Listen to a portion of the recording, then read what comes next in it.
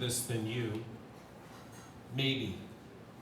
I hope that you're able to take something from this talk here and you're able to implement it, because there's a big shift for us internally with the team. Now, just want to make sure that perfect. Make sure I got it. All right, okay, so just so you guys are aware, we scaled up the team. So I was selling, transitioned to CEO. We were hitting the ceiling, wasn't sure about what the next level and how to get there was. So I transitioned out, figured out what a CEO should be doing, and what are the barriers with growth. Dove into all those books I shared with you earlier, started studying and then implementing. And then we broke through. We were hitting 1,000, we broke through. We hit 1,400, 1,700 sales we did in 2021. We did 1.4 billion that year. So the team members, you can see where we're at now. We hit this level, and then COVID hit. We actually picked up, and I was running the company from online. And so I made a decision that I can actually run the company being down in Florida. And that was a big mental shift for me. And I was like, it was actually scary, because it's like, what will competitors say?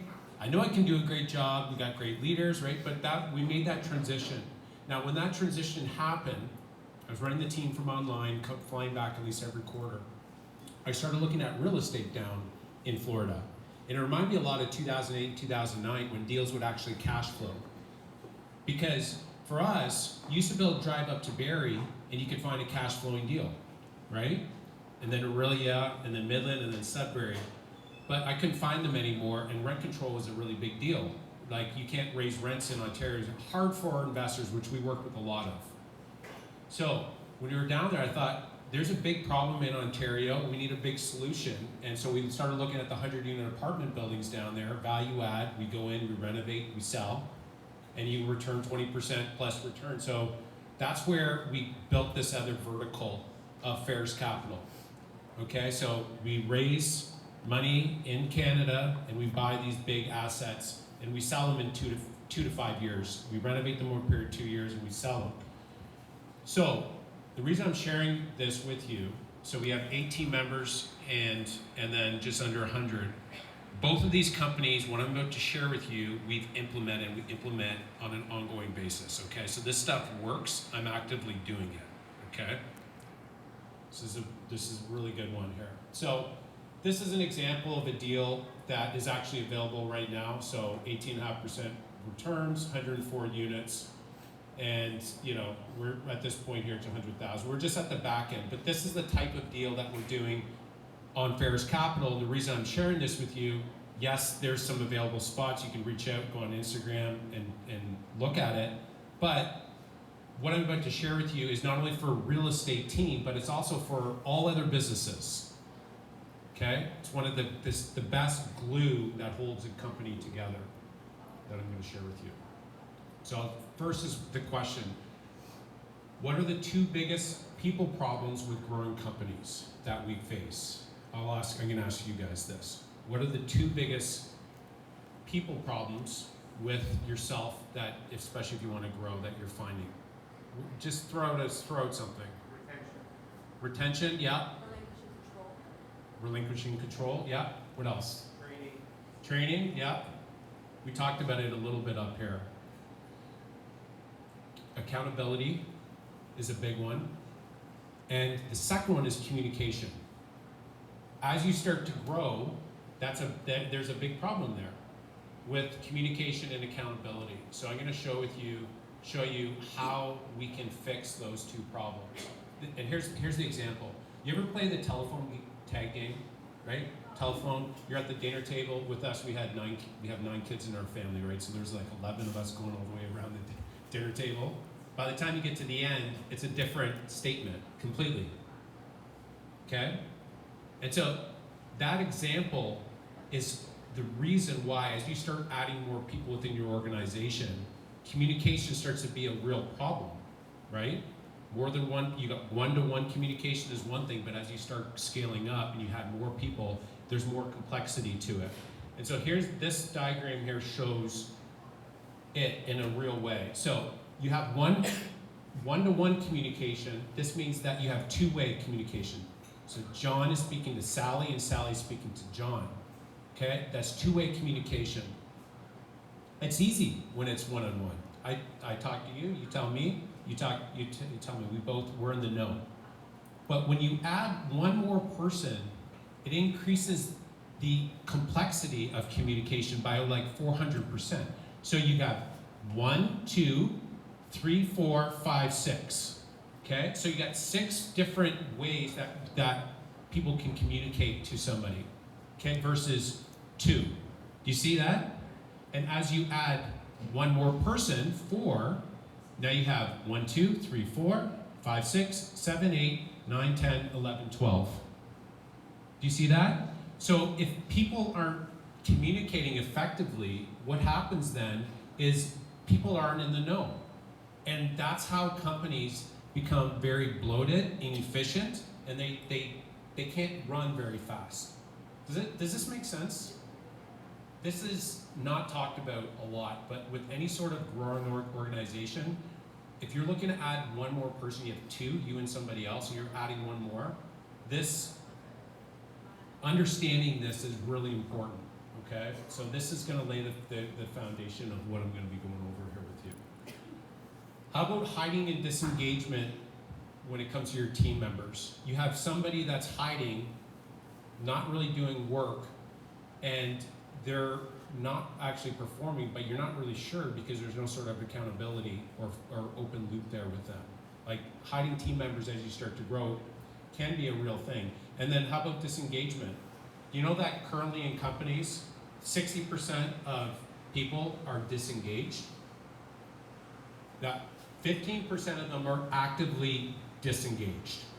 Actively, like they're terrorists within your organization, 15%. And then you got 25% that are engaged. Now you probably think you're like 90% engaged, right? But the reality is this is real. So how do you combat that? That's a great question to ask as you start to grow. So here's some other things that can come up with scaling companies. Team members feeling disconnected. Like these are all things, if you're hearing this, what I'm about to give you is a solution for all this. Team members feeling disconnected, not feeling heard, random people quitting, frustration, ongoing drama with delivery of service, drama, right? People dropping the ball and having to work late, and then to make up, dropping the ball. People feeling stressed and overwhelmed. A players upset that leadership allowed B and C players to continue dropping the ball because the top leaders, they're not actually measuring them in any way. Would you like a tool that would help solve all this stuff, or at least help you? Yes. Yes. Okay. First, I got a question here for you. What's the most powerful form of accountability? Powerful form of accountability. Love. Yep. That's actually probably more right than what I'm about to say. Pure accountability is that nobody wants to look bad in front of other people, right? So like use that to your advantage. Pure accountability. Here's the answer: huddles. Daily huddles. Huddles. The daily huddle is a short meeting that teams or companies hold every day to sync up on their work. Now huddles for your agents can be weekly, or it could be daily. My partner, John McCarowitz, so he scaled the largest real estate team as the CEO and president of Mark Spain Real Estate, if you heard them. They sold the company to a private equity group, and he's now he's partnered up with me on Ferris Capital. They ran theirs daily. We run ours weekly for the sales partners. But for the rest of the team, it's daily. Daily. And I'm going to share with you how we do it. So here's, the why. The daily huddle can save everyone an hour of needless email updates and ad hoc interruptions, random meetings, right? Huddles. So how do huddles work? So you report on 4 things on a daily basis for an update from the day before, or you can share good news, a key metric, what your top priority for the day is, and any steps or challenges you currently have. Okay? What are they for? We have 2 sets of huddles. Management meet at 8:30 every day. All the leaders for each of the departments, and then their departments meet throughout the day after that. And everyone's at a different time, okay? So we have 2 sets of huddles, and they're daily, every single day. So here are the rules. 100% attendance, start on time. We don't start a minute late, we start on time. Virtual huddles. Everybody has a screen, so you don't have like 3 people huddled around one. You're in a meeting, right? Isn't that awkward? You got like 3 people huddling around, and then you got everybody else has their own monitor, and then there's another boardroom with some people. It's like when they're speaking, it's hard. If everybody has their own screen, generally with online meetings, if everybody has their own screen or you're in person, it's when you're doing mix, it's difficult. 15 minutes max. If it's 16 minutes, it's a meeting, and we don't want another meeting. We want to huddle. Okay, under 15 minutes, 5 days a week. The ability to stay on track, take offline, has to be assigned to somebody that is setting up the meeting. So somebody is accountable to say, hey, we're not like problem solving here. We're not saying that, but hey, why don't you guys take that offline? So when there's a conversation that's happening with the group, it's quick responses. It's like, okay, I got a quick answer. Hey, what was the update there? Yeah, okay, great, move on. Okay, so it's very quick.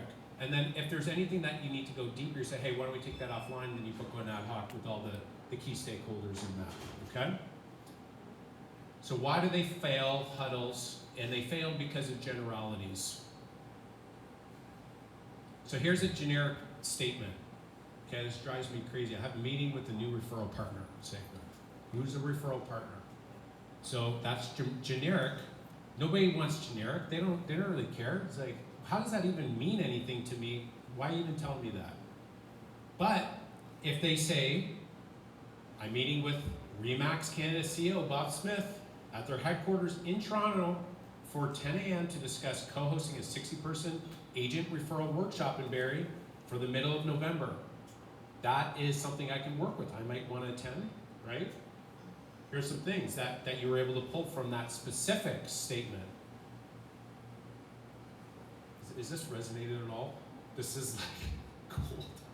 This is gold. Like this is the stuff that binds companies together and creates stickiness. Right? It's really powerful. I might want to participate in the event. Is 60 the right number? I know of another low-cost venue. Rather than there, maybe there was another spot that somebody can state, right? Does November work given our other commitments, right? These are all things that everybody hears directly from the person's mouth because they're on a huddle together. Everybody hears it. That wasn't a chain, like telephone tag, like I shared with you earlier, okay? So, if you do implement these, I'm telling you right now, you're gonna guarantee get pushback from your team. Guaranteed, guaranteed, guaranteed. After time, if you're consistent with it, they will learn to love it, and when they're gone, they're gonna feel like they missed out, FOMO, of what happened in that meeting. But you gotta be consistent, and it takes 2 or 3 months to start to get into a rhythm, and it's gonna be awkward at the beginning. It's gonna be clunky, but the better you do, it's like a muscle, and it's a skill set that you got to work into your company with any sort of growth. Okay, so those rules and everything that I set up for you will help you implement this for the long term, because execution over the long term is about doing the little things right on an ongoing basis. And if you're not all clear what everybody's working on, 2 people can be working on the same thing and not know, where they should have been collaborative. If they would have brought that up on their update, they would have known about, hey, oh yeah, I was actually about to work on that same thing, let's connect, right, sync up. So those connections happen all the time, and especially if you're working virtual at these meetings, it's really powerful to be able to do that. So You can follow me. I'm doing more and more tips right now on Instagram, so you can follow me. We got our deal deck on there, that deal I shared with you. But any questions, feel free. You can message me there and follow me. And I'm just giving you guys a lot of value right now, moving forward with some of the things that I've learned through the year. So, is there any questions here? How did I do on time? I tried to keep it under 30 minutes. Okay. Any questions about this or anything else? And I'll stick around for a bit too. Yeah, I'm gonna take this question, then I'll circle. This is a little off topic, but what's the big thing for you for recruiting this year? To find, you got to interview a lot of people if you're hiring 1.5%. So how are you finding those people? Well, right now they're coming to us. Okay. Yeah, like we're at a level right now where like 1.5%, like people that are applying. We have 100 people applying, and we'll bring on like basically that's the ratio of 1.5%. So somebody's got to be really strong now. As sales, continue to, increase, then we'll go back into, more active recruiting. But I think that's something that you're always recruiting and connecting with people. And what I will say is that I wouldn't just rely on existing agents. 80% of our agents weren't licensed, and we trained them. But they had the right qualities about them. Like I meet them at a coffee shop. There was a connection through a connection. I have a conversation and say, hey, like you'd be really good at this, and you plant the seed, and then maybe not right away, but maybe like 6 months later they come back to you. But I think you're always looking to find the right people, and then you can train them your way. I think that's been probably the best way for bringing on rock stars, train them up, and then long-term approach. Because I found, again, with agents, I've sat there at my office, I'm like, how much do you make? 100,000 gross. It's like, I can show you, our average agent is like 200 grand net. I can show you how to make 200 net. Just come on, transition over. I think you're the right fit. I can show you how you're going to do that here. Yeah, but what's your split? It's like, what's more important to you? What the split is, or how much money you put in your pocket? Here are numbers. Here are agents. 200,000 net. What's your split? And then it was just, he just couldn't get it through his head. So I think that's where, if you bring on an existing agent, just know that you're going to have that conversation is going to come up. And I found it easier if you can, it's like blue ocean strategy, right? You can go and look for everybody is trying to find existing agents in the market right now, and there's 100,000 agents in Canada now and 2 million in the States. So there's an amount there, but there's like over 30 million people. If you go fish in the 30 million, I mean, nobody else is really, not a lot of people are fishing there. So I find you can get better talent, and then you get them licensed, and then next thing you know, you can train them up if that makes sense. 80% unlicensed? 80% weren't licensed prior to coming on. Yeah. And then they got their license, and we trained them from scratch. Right. They're friggin' ninjas, these guys. Yeah, they're badasses, right? To use that, but I don't mean that I mean that in a way that there's a humble confidence in their ability to execute, and they know going in that they're the best in the world for the client, because they've been trained. Everything I've learned, we put in, we train them how to do that, and they need to prove to us, and confidence comes by executing and getting small wins along the way. You got to stack that evidence on so that they can, new agent starts, they're walking along kind of like, timid, and then they get a couple wins, and you start to see them standing up a little bit more straight. So the goal is to get some wins in as fast as possible for them so that they can strut in a humble, confident way that then self-propels them to more sales moving forward. Thanks. There's a question here, I think. I heard somebody. Oh, maybe not. Okay, anything else before I pass the mic on? You have Mark here, so if you have any questions, this is the time to ask. Anyone, any questions for Mark? How do you handle the pushback? How do you handle the pushback? What pushback? On the huddles, you said you're going to get pushback. It's a mandatory 15 minutes. We're doing it. Yeah. We're doing it. Yeah. And then you're doing it again and again. You got to show up, right? You can't. This isn't something that you're going to be delegating to anyone.